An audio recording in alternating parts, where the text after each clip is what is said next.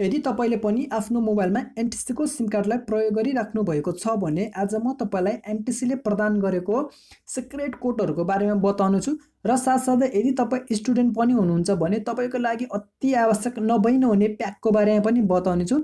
त्यसैले भिडियोलाई पुरा हेर्नु होला र तपाईले भिडियो पुरा हेरिसकेपछि तपाई खुसीले नाच्नु पनि हुनेछ।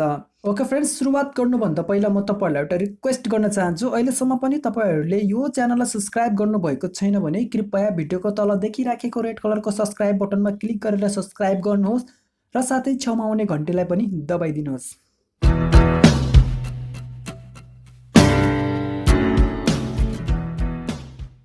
अहिले तपाईले प्रयोग गरिराख्नु भएको सिम कार्ड कसको नाममा रहेको छ भनेर तपाईले सजिलैसँग चेक गरेर पत्ता लगाउन सक्नुहुन्छ।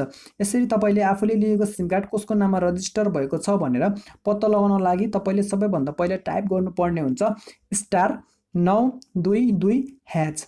यसरी तपाईले *922# टाइप गरिसकेपछि यसलाई कलिङ बटनमा क्लिक गरेर कलिङ गरिदिनु होला र तपाईले अब यो मेसेज पाउनुहुनेछ। यो मेसेजमा तपाईले सजिलैसँग देख्न सक्नुहुन्छ यो कसको नाममा रजिस्टर भएको छ। यसैगरी तपाईको नम्बरमा रजिस्टर भएको नाम ठीक छ भने तपाईले 1 थिचेर करेक्टमा सेन्ड पनि गर्न सक्नुहुन्छ र त्यस्तैगरी ठीक छैन भने तपाईले 2 थिचेर इनकरेक्टमा सेन्ड पनि गर्न सक्नुहुनेछ। त्यस्तैगरी अर्को नम्बरमा रहेको छ यदि तपाईले कुनै पनि व्यक्तिको मोबाइल नम्बर पत्ता लगाउन चाहनुहुन्छ भने अथवा आफ्नै मोबाइल नम्बर पत्ता लगाउन चाहनुहुन्छ भने डायल गर्नुहोस् *9#। यसरी डायल गरेपछि यसलाई कलिङ गरिदिनु होला र यहाँबाट तपाईले सजिलैसँग आफ्नो मोबाइल नम्बर पत्ता लगाउन सक्नुहुनेछ। त्यस्तैगरी अर्को नम्बरमा रहेको छ मिस कल अलर्ट सेवा। यदि तपाई पनि आफ्नो मोबाइलमा मिस कल अलर्ट सेवालाई एक्टिभेट गरेर राख्न चाहनुहुन्छ भने अवश्य पनि तपाईले डायल गर्नुपर्ने हुन्छ *1400#।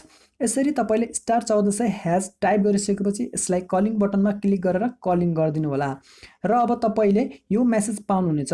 अब तपाईले यो सेवालाई एक्टिभेट गर्नको लागि 1 थिचेर सेन्ड गरिदिनु होला। त्यस्तैगरी तपाईलाई यो सेवाको आवश्यकता नभएमा तपाईले जुन कुनै पनि बेला 2 थिचेर सेन्ड गरिदिनु होला र त्यस्तैगरी तपाईले यसको स्ट्याटस बुझ्न चाहनुहुन्छ भने तपाईले 3 थिचेर सेन्ड गरिदिनु होला। र फ्रेन्ड्स, तपाईले मिस कल सेवा अलर्टको फाइदा भनेको यदि तपाईको मोबाइल कुनै पनि कारणले स्विच अफ हुन्छ भने त्यो स्विच अफ भएको बेलामा तपाईको साथीले तपाईलाई फोन गरेको थियो भने जब तपाईले आफ्नो मोबाइललाई अन गर्नुहुन्छ त्यति बेला तपाईको मोबाइलमा तुरुन्तै मिस कल आउनेछ र तपाईले त्यो मिस कल हेरेर तपाईले आफ्नो साथीलाई कल ब्याक पनि गर्न सक्नुहुनेछ। त्यस्तैगरी अर्को नम्बरमा रहेको छ रिङ ब्याक टोन। यदि तपाईले आफ्नो मोबाइललाई रिङ ब्याक टोनलाई एक्टिभेट गर्न चाहनुहुन्छ भने *1455# थिचेर कलिङ गरिदिनु होला र त्यसपछि तपाईले यो पेज पाउनुहुनेछ। अब तपाईले यहाँ विभिन्न क्याटेगोरीका सङहरू पाउनुहुनेछ।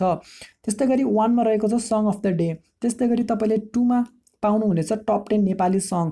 त्यस्तैगरी तपाईले 3 मा पाउनुहुनेछ टप 10 हिन्दी सङ।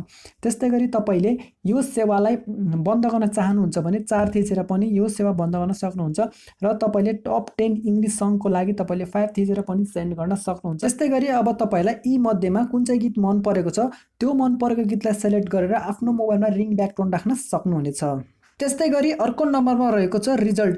यदि तपाईले कुनै पनि लेभलको रिजल्ट आफ्नो मोबाइलबाटै हेर्न चाहनुहुन्छ भने तपाईले डायल गर्नुपर्ने हुन्छ *1600#।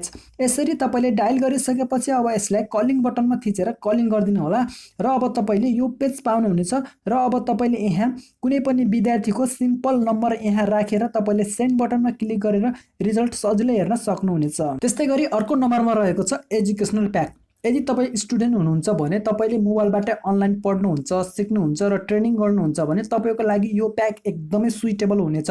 त्यसैले तपाईले यो प्याकलाई एक्टिभेट गर्नको लागि *1441# थिच्नुहोस् र त्यसलाई कलिङ गरिदिनुहोस् र यति गरिसकेपछि अब तपाईले यो प्याक पाउनुहुन्छ एजुकेशनल प्याक।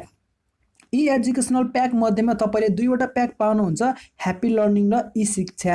त्यस्तैगरी तपाईले ह्याप्पी लर्निङलाई एक्टिभेट गर्नको लागि 1 थिचेर सेन्ड बटनमा क्लिक गरेर सेन्ड गरिदिनु होला र अब तपाईले यो ह्याप्पी लर्निङ पेज पाउनुहुन्छ। तपाईले यहाँ 1 नम्बरमा देख्न सक्नुहुन्छ 20 GB ई लर्निङ एप भनेको छ। तपाईले यो 20 GB लाई मात्र ई लर्निङ एपमा प्रयोग गर्न सक्नुहुन्छ।